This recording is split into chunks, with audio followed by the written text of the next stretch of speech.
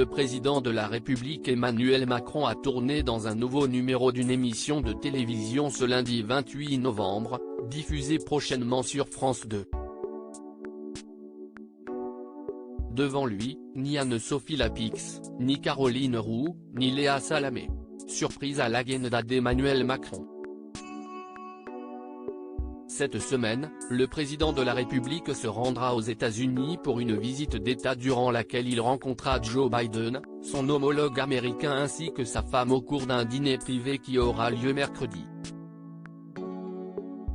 Relations avec la Chine, guerre en Ukraine et échanges économiques seront probablement au cœur de leur discussion, quelques jours après la clôture de la 27 pesos colombiens.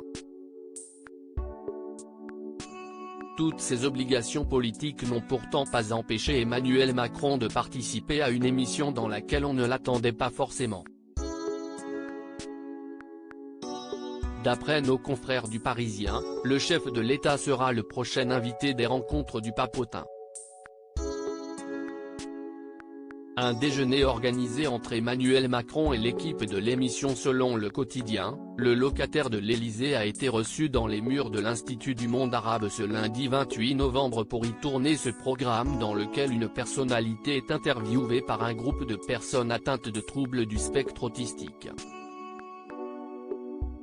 À la suite de l'enregistrement de cet épisode, un déjeuner a été organisé entre l'équipe de l'émission, le président de la République, son épouse, la présidente de France Télévisions Delphine Ernotte, ainsi qu'Éric Toledano et Olivier Nakache, qui ont eu l'idée de proposer ce rendez-vous au service public. Emmanuel Macron a une forme de présence et d'humanité impressionnante dans ce genre de situation. C'était assez génial, a déclaré Jack Lang, président de l'Institut du monde arabe, auprès de nos confrères. Nicolas Sarkozy et Jacques Chirac ont déjà parlé au Papotin. Emmanuel Macron va donc succéder à Gilles Lellouche, Camille Cotin et Julien Doré à l'occasion de ce nouveau numéro qui devrait être diffusé sur France 2 au mois de décembre, une fois que la Coupe du monde de football sera terminée. Ce n'est pas la première fois qu'un président de la République s'entretient avec le Papotin.